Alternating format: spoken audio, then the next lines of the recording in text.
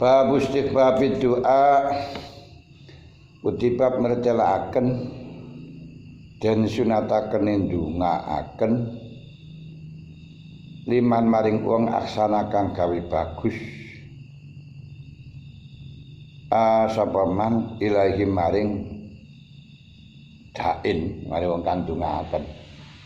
Dadi lek ana wong berjasa kepada kamu, berbuat baik kepada kamu, kesunatan kau doakan. Orang disunatkan mendoakan kepada siapapun yang berjasa melakukan kebaikan kepadanya. Wa sifatu du'ai lan mertelaaken carane dungane. Jadi carane ndongaaken ngono istilah. Dan ndongaaken mang asana ilaih dan bagaimana cara mendoakannya. Hadzal bab utaiki bab iku fi iku tetep ing dalam hadzal bab asya utai pra suci kasuratun kang akeh takut tamat kang dadi dingin apa asya fi mawadiha ing dalam pira-pira panggonane asya. Masalah ini sudah dijelaskan dalam pelajaran yang sudah di atas dalam babnya. Termasuk paling bagus-bagus sih hasil asya bab mendoakan kepada orang yang berjasa.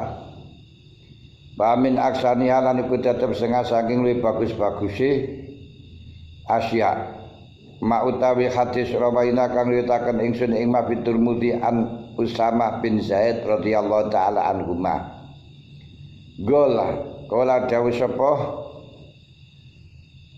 Turmud nama niku Usamah bin Zaid bin Abi Zaid. Usamah bin Abi Zaid.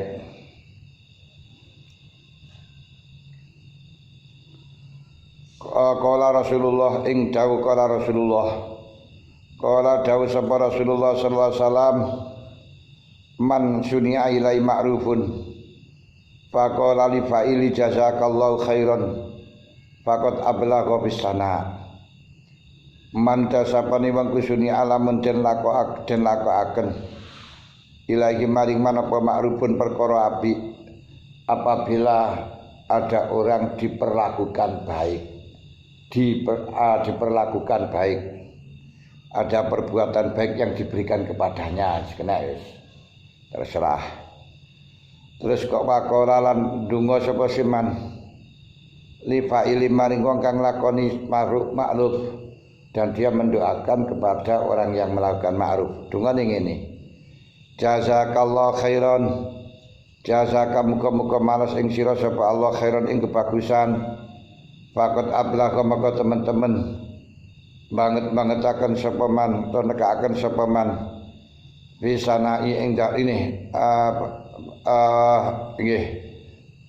Bener man. Faqat pala ablagha maka teman-teman nekaaken sapa seman. Tembanget-bangetaken sapa man bisana ing dalam ngelem.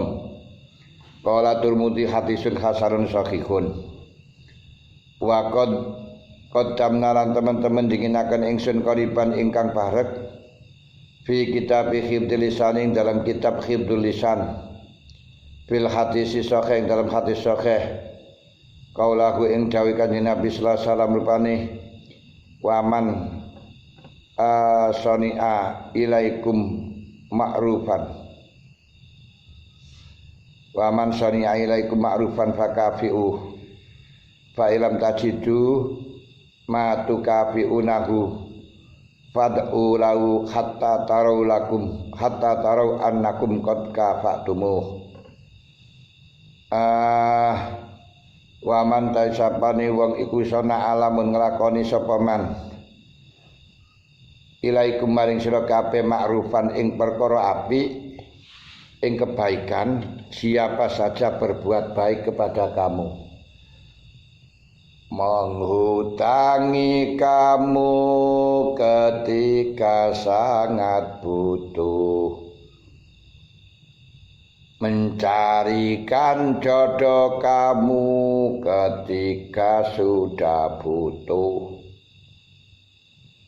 ngajarkan ilmu padamu ketika kau sedang perlu. Fakafi'u baleso. Tapi orang mengajar minta balasan tidak boleh. Tidak boleh. Mulane sampe Sofyan Sauri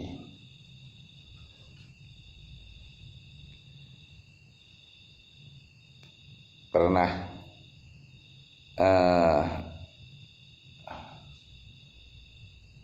sampai khawatir perbuatan baiknya itu mendapatkan balasan karena perbuatan baiknya. Sofyan Sauri itu mempunyai kawan, saudara filah. Lalu ketika saudara filah tersebut wafat karena Sofyan Sauri sering berbuat baik dan sudah saling akrab, saling sayang. Terus anaknya itu memberikan sesuatu kepada Sofyan Sauri karena Allah Ta'ala, sebab Sofyan Sauri sangat baik pada orang tuanya, dan karena dia ingin melakukan perbuatan baik kepada orang tuanya tadi dengan cara memberikan santunan, dengan cara memberikan sumbangan atau memberikan sesuatu terhadap konco akrabe, ini ku Sofyan Sauri. Lalu Sofyan Sauri dikasih 2 kantong, dikasih 2 kantong yang berisikan emas. Rokpaten. Sofyan Sauri menolak, kamu bawa pulang.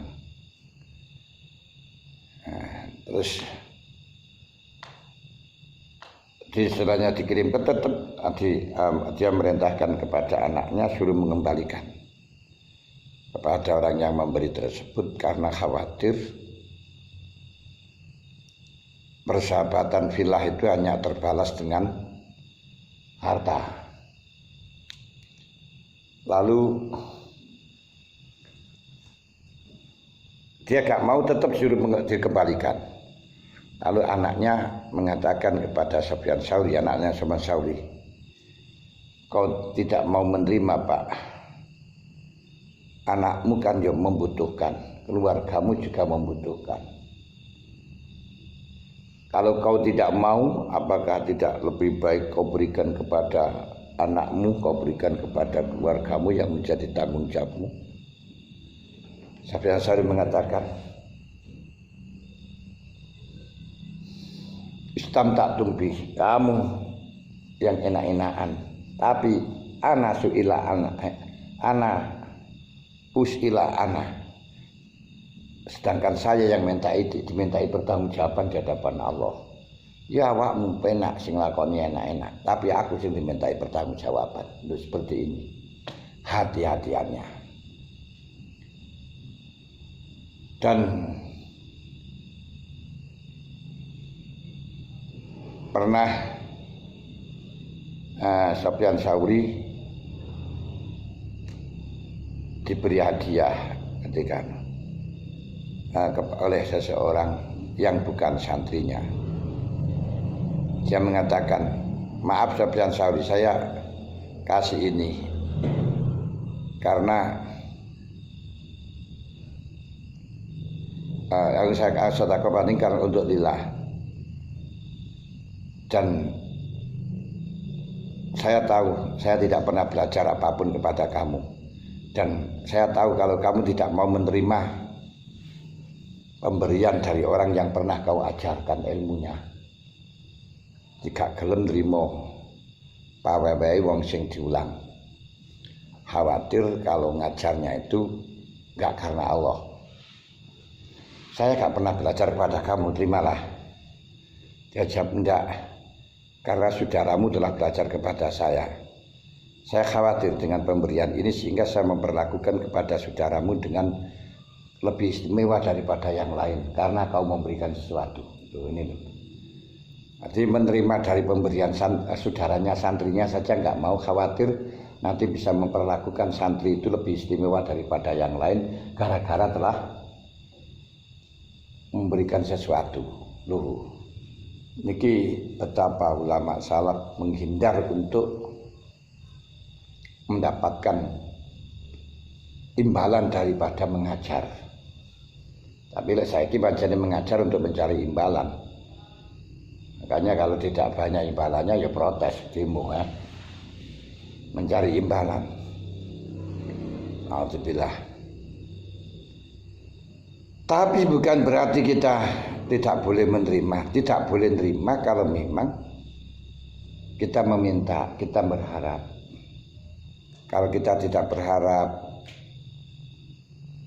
terus dikasih gak apa-apa. Dan orang yang diajarkan ilmu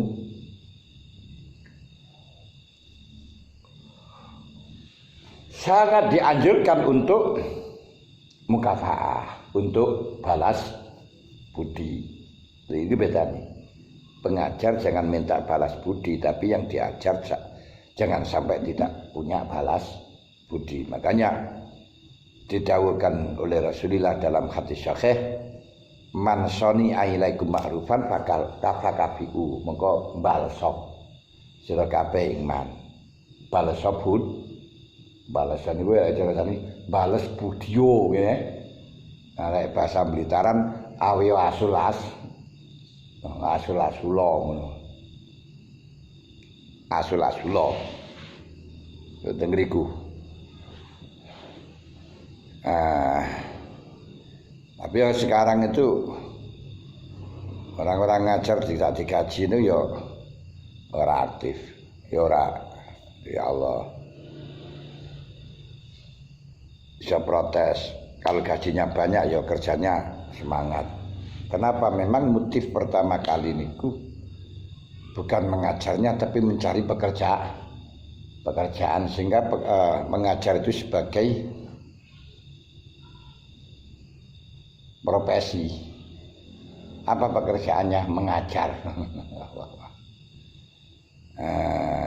Gue tukang sholat ya pengajarnya ya sholat ini melihatnya. Nah, hal itu bisa dipengaruhi karena pembiayaan di dalam waktu belajar, peralatan dalam waktu belajar, bahkan tempat itu termasuk dari barang syubhat. Sehingga motifnya dia ketika sudah punya ilmu itu bukan untuk mengamalkan, melakukan kewajiban saya dengan tuntutan ilmu, tapi malah mencari yang menguntungkan kepada dia, kayak boleh penggawean. Makanya kebanyakan yang semacam itu ya, kalau dari pondok-pondok yang berbasis sekolah, apalagi yang dari basis sekolah, langsung sekolahan atau dari hasil kuliah, pasti 99,9% kalau tidak bisa dibilang keseluruhannya ya motifnya itu kalau mengajar lek ana untungnya yang mau betul-betul mukhlishina lahuddin, ikhlas. Ini hanya dari pesantren yang memang dibiayai sendiri, tidak dari syubhat. Maka disitulah rahasia pondok pesantren itu tidak pernah menerima bantuan dari pemerintah. Istilahnya di pesantren Nirboya itu ada dalam pagar, ada di luar pagar. Kalau ada sumbangan pemerintah seperti ada rusunawa dan sebagainya, itu tidak untuk santri tapi untuk tamu dari siapa saja. Ikut tempatnya di luar pagar. Nah, yang masuk di dalam pagar ini khusus untuk anak-anak santri yang tidak boleh dari harta dari harta sumbangan dari pemerintah, gak mau. Makanya pembebasan tanah ya dari kantongnya santri sendiri, tidak dari uang pemerintahan. Itu ciri nilai bangun. Makanya bisa ikhlas sebenarnya perjuangannya, betul-betul berjuang. Itu rahasia nih.